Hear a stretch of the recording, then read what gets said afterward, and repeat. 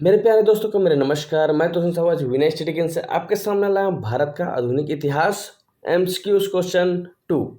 चलिए दोस्तों, इसका नाम है बहुविकल्पी प्रश्न, जिसमें आपको बहुत सारे महत्वपूर्ण क्वेश्चन मिलेंगे। पहला क्वेश्चन है, ईस्ट इंडिया कंपनी ने किस वर्ष बॉम्बे को पुर्तगालियों से प्राप्त किया? ऑप्शन दिया है 1663, 1668, 1670, 1689।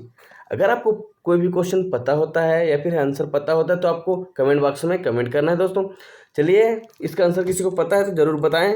इसका आंसर हो जाएगा बी 1668। मैं बता दूं कि ईस्ट इंडिया कंपनी ने बॉम्बे को पुर्तगालियों से 1668 ईस्वी पूर्व में प्राप्त किया था। ब्रिटिश इंडिया कंपनी द्वारा तुरंत इसकी किलाबंदी कर दी गई थी। इसके बाद अंग्रेजों ने सूरत की जगह बॉम्बे को अपना मुख्यालय बनाया था। किसकी जगह बनाया था? सूरत की जगह मुख्यालय बॉम्बे को बनाया गया था। आपको पूछ दिया जाएगा कि बॉम्बे को किसकी जगह मुख्यालय बनाया गया था, तो आप बता सकते हो कि सूरत के जगह बनाया गया था। अपने नोटबुक निकाल लीजिएगा और छोटे छोटे पॉइंटों को आप नोट करते जाइएगा, जो बहुत महत्वपूर्ण है आपके एग्जाम के लिए। नेक्स्ट क्वेश्चन है, गुलामगिरी नामक पुस्तक किसने लिखी थी? ऑप्शन दिया है ईश्वर चंद्र विद्यासागर, आचार्य विनोबा भावे, ज्योतिबा फुले, दादू दयाल। अगर आपको पता हो तो जरूर कमेंट बॉक्स में कमेंट कीजिएगा। अगर आप हमारे चैनल पर नए हैं तो चैनल को सब्सक्राइब करें, लाइक करें, शेयर करें दोस्तों, और बेल आइकन को दबाना ना भूलिएगा, क्योंकि हमारे नोटिफिकेशन आप तक मिलते रहेंगे। तो चलिए आंसर बताइए।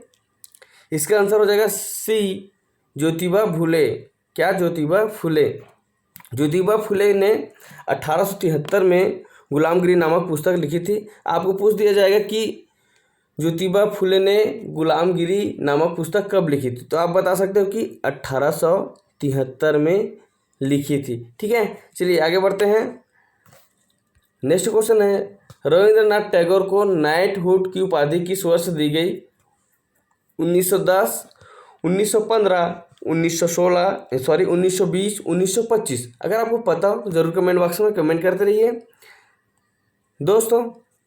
इसका आंसर हो जाएगा बी 1915। रविन्द्रनाथ टैगोर को ब्रिटिश सरकार ने 1915 ईस्वी में नाइटहुड की उपाधि से सम्मानित किया था, और 13 अप्रैल 1919 को जलियांवाला बाग हत्याकांड की घटना से दुखी होकर उन्होंने क्या किया था? उपाधि को वापस कर दी थी, जो आपको नेक्स्ट वीडियो में बता दिया गया है। ऐसे छोटे छोटे पॉइंटों को आप नोट करते जाइएगा।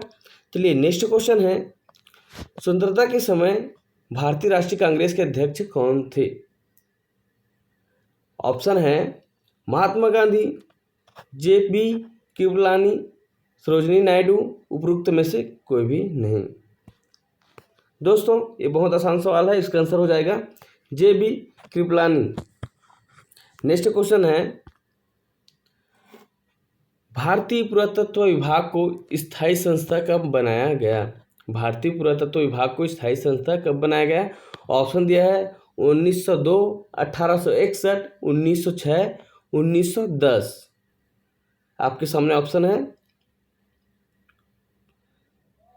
इसका आंसर है सी 1906। भारतीय पुरातत्व विभाग की स्थापना 1861 में अलेक्जेंडर कनिंघम ने की थी।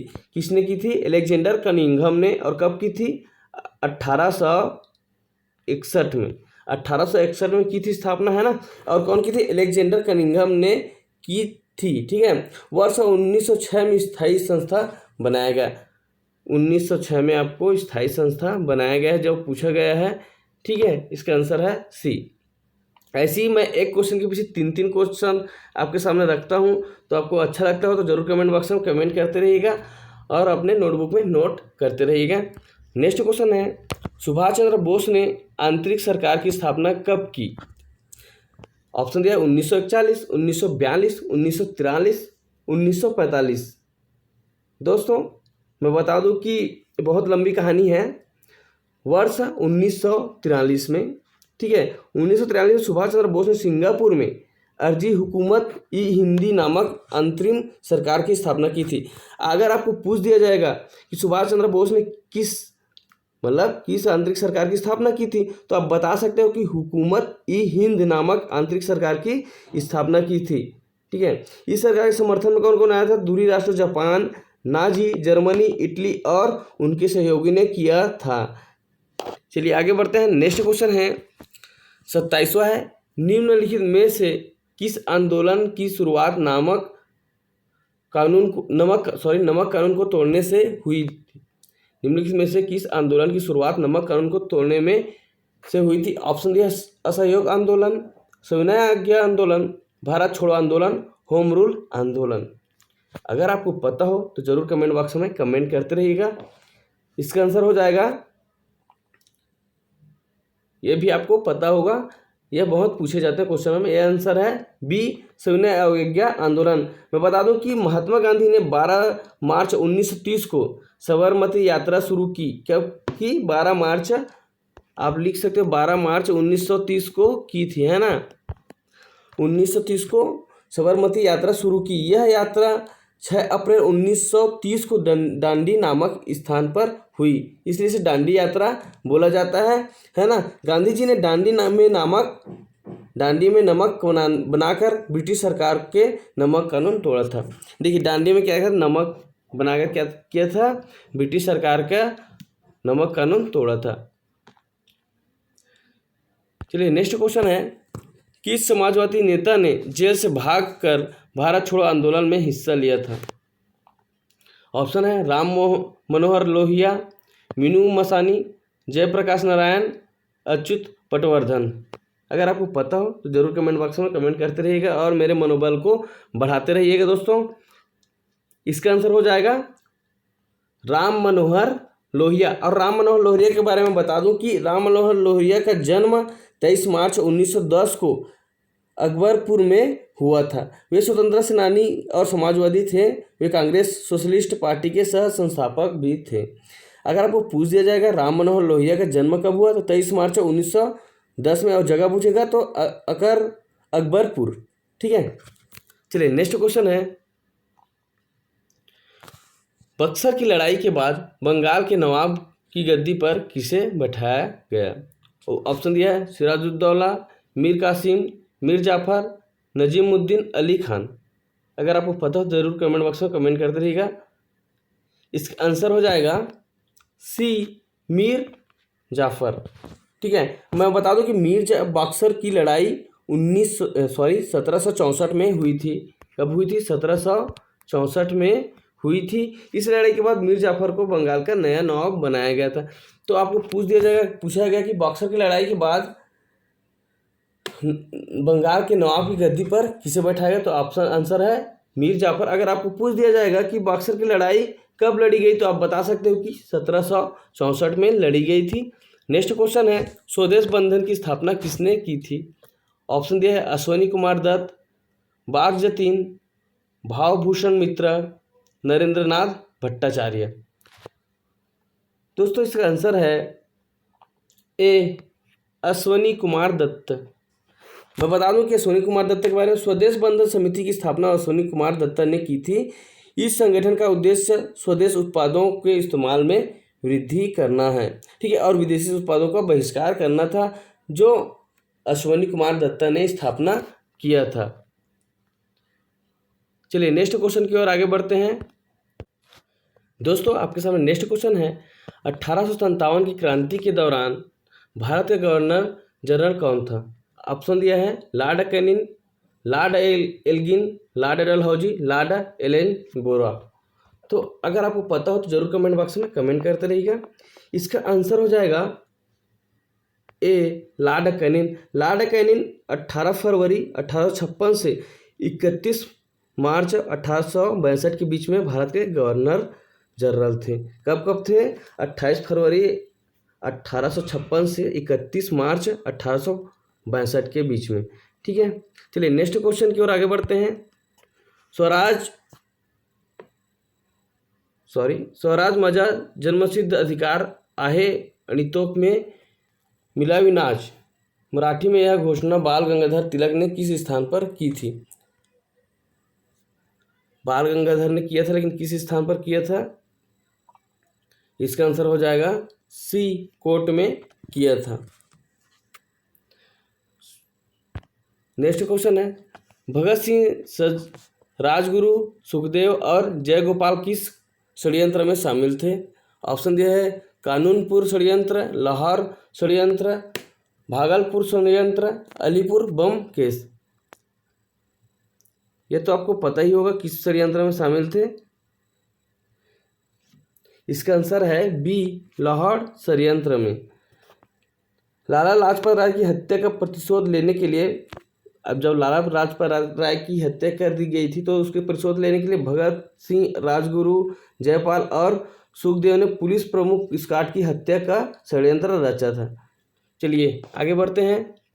आज़ाद हिंद फौज की स्थापना किस देश में की गई थी? ऑप्शन दिया भारत, सिंगापुर, जापान, जर्मनी।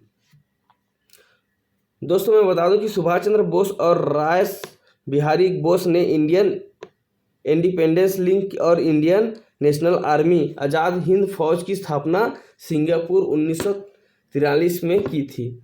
कब की थी? 1943 में, सिंगापुर में। इसका आंसर हो जाएगा बी, सिंगापुर में। कब किया था? 1943 में।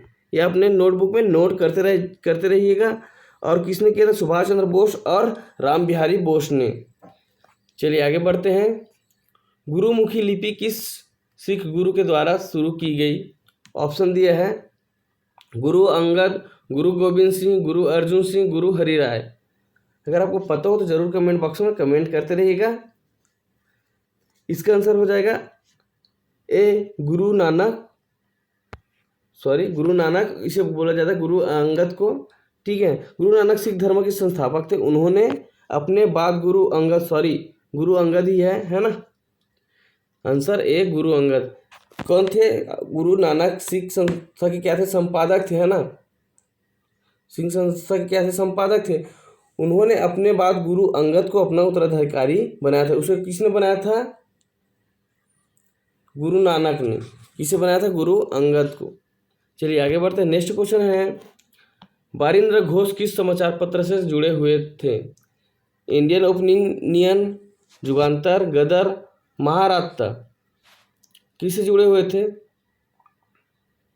इसका आंसर हो जाएगा बी, जुगांतर। जुगांतर एक बंगाली क्रांतिकारी अखबार था। आपको पूछा जाएगा कि जुगांतर कौन सा अखबार था? जुगांतर क्या था? क्रांतिकारी अखबार था। इसकी स्थापना कब किया गया था? 1906 में किया गया था। किसके द्वारा? बरिंद्र कुमार घोष, अविनाश भट्टाचार्य और भूपेंद्र नाथ दत्त ने की थी। यह आपको नोटबुक में जरूर नोट करना चाहिए क्योंकि यह बहुत इंपॉर्टेंट टॉपिक है दोस्तों। नेक्स्ट क्वेश्चन है, 1946 के तेभेगा आंदोलन किस वर्तमान राज्य से संबंधित है? आंध्र प्रदेश, पश्चिम बंगाल, बिहार, उड़ीसा। अगर आपको पता हो जरूर कमेंट बॉक्स में कमेंट करते रहिएगा।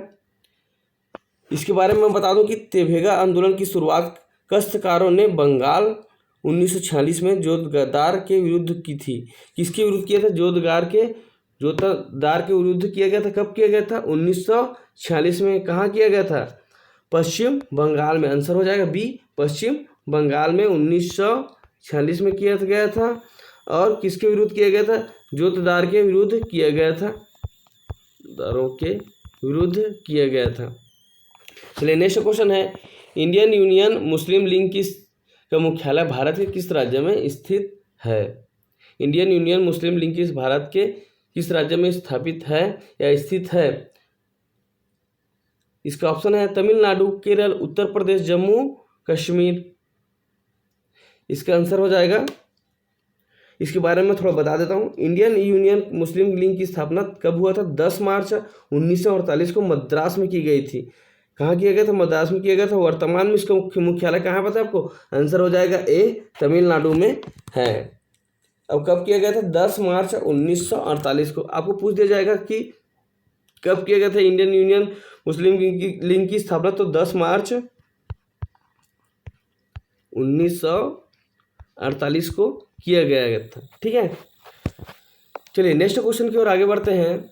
कांग्रेस ने किस अधिवेशन में पूर्ण स्वराज का प्रस्ताव पारित किया? ऑप्शन दिया कलकत्ता, लाहौर, दिल्ली, कराची। यह तो आपको पता होगा क्योंकि नेक्स्ट वीडियो में इसके बारे में मैं बता चुका हूं। इसका आंसर हो जाएगा बी, लाहौर। मैं इसके बारे में बता दूं दोस्तों, 1929 में कांग्रेस लाहौर अधिवेशन में पूर्ण स्वराज के इस प्रस्ताव को पारित किया गया था। कब किया गया था? 1929 को पारित किया गया था। नेहरू, और इसके अध्यक्ष को किसको पारित किया? नेहरू जी को इसका अध्यक्ष नियुक्त किया गया था। ठीक है, चलिए आगे बढ़ते हैं। ढाका में एहसान मंजिल पैलेस किस कारण प्रसिद्ध है? देखिए ढाका जो है वहाँ एहसान मंजिल पैलेस किस लिए प्रसिद्ध है? ऑप्शन है मुस्लिम लीग की स्थापना, पाकिस्तान प्रस्ताव, जिन्ना गांधी वार्ता, उपरोक्त में से कोई नहीं। दोस्तों इसके बारे में थोड़ा डिटेल से बता देता हूँ कि मुस्लिम लीग की स्थापना कब किया गया था? 1906 में ढाका में आगा खान द्वारा की गई थी। किसके द्वारा की गई थी? आगा खान के द्वारा किया गया था। और इसका आंसर हो जाएगा ए, मुस्लिम लीग की स्थापना। ठीक है, अगर मेरा वीडियो आज अच्छा लगा हो तो आप ज़रूर कमेंट बॉक्स में कमेंट करते रहिएगा। ज़रूर आज अच्छा लगा होगा क्योंकि बहुत मेहनत किया था आज वीडियो बनाने के लिए। और थैंक यू मेरे वीडियो को देखने के लिए। पूरा शेयर करें, लाइक करें और सब्सक्राइब कर दें दोस्तों, पूरा फाड़ दीजिएगा। आप इसमें से ज़रूर 2 क्वेश्चन आएंगे ही आएंगे। अच्छे से डिटेल से आप पढ़िए। एक क्वेश्चन के पीछे मैंने 3-3 क्वेश्चन बताया और 3-3 क्वेश्चन का आंसर भी बताया है आपको।